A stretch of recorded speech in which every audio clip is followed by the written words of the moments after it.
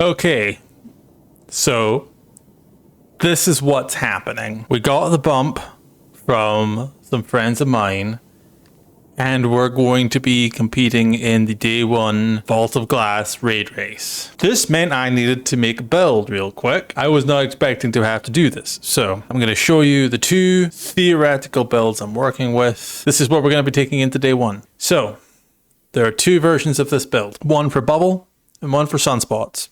Here's the bubble build. I wanted to use a Crest of Alpilupi to get more orbs, but I didn't have a good roll of one, so I'm using my Heart of Inmost Light. Basically speaking, it just ramps up all of my abilities. So using, say, a barricade will buff my grenades and my melees, etc, etc, etc. So my plan is using Warmind Cells in order to do ad clear, do some champion DPS, and also to create orbs. So here's the system I'm working with. We have, of course, got global reach, because why would you run any other mod if you're using Warmind Cells? It just makes more sense. We're using burning cells. The way burning cells works is that the explosion of a Warmind cell basically sets nearby combatants alight, and they will do burn damage over time. Combining this with Wrath of Rasputin, where solar splash damage final blows have a chance to create Warmind cells. So again, that splash damage and that burn damage over time will hopefully create more cells. That's kind of what I'm banking on. The other thing I'm combining this with is Light of the Fire, where rapidly defeating targets with the detonation of a Warmind cell will generate orbs of power, creating Warmind cells.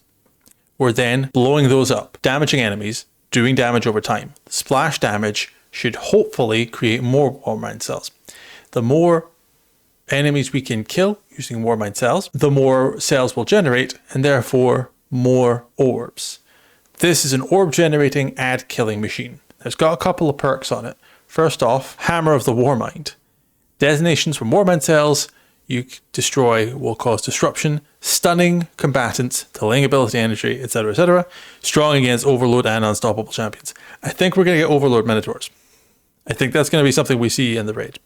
So this is the play to combat that. The other thing I of course have is my Ichelos SMG combined with Overlord submachine gun. The main engine of the whole thing is going to be Witherhoard.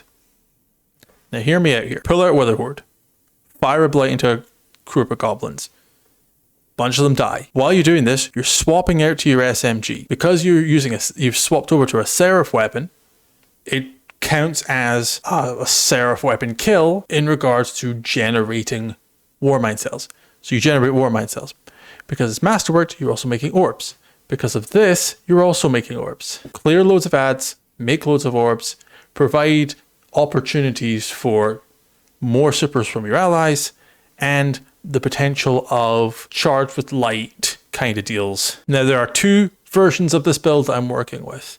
The first one, obviously, top 3 Sentinel, because Ward of Dawn, weapons of light, armor of light, all that kind of defense, plus defensive strike, which is just going to improve my own survivability. We've got Turn the Tide, and we've also got Rallying Force. So if we're trying to get in the thick of it, what we're just trying to do is punch our way through a couple of goblins, trigger defensive strike, get that overshield, create some level of health regen for our allies. Using that with magnetic grenades and strafe lift because I want to be able to move in and out of the fray real quickly. We're doing that with Heart of Inmost Light so that I can get those abilities back faster, specifically defensive strike. Because if I need to proc it in the middle of something, I want to be able to throw in a grenade, get that boost to my ability regen, and then throw it out, get my reload faster, get all those abilities. That engine keeps going, you know? The other version, bottom 3 Sunbreaker with the sunspots. Passing through the sunspot will increase my ability regen and my super lasts longer. It also increases damage. All the ability kills will restore health, which is useful, again, improving my own survivability. And we leave more sunspots per drop. Mortar Blast, strike an enemy with his melee ability to release a solar explosion. Again, it's more burn damage, more cells, more orbs, etc. Should say we're combining this with Thermite Grenade to get that burning line of fire, which will again hopefully create more cells and stuff.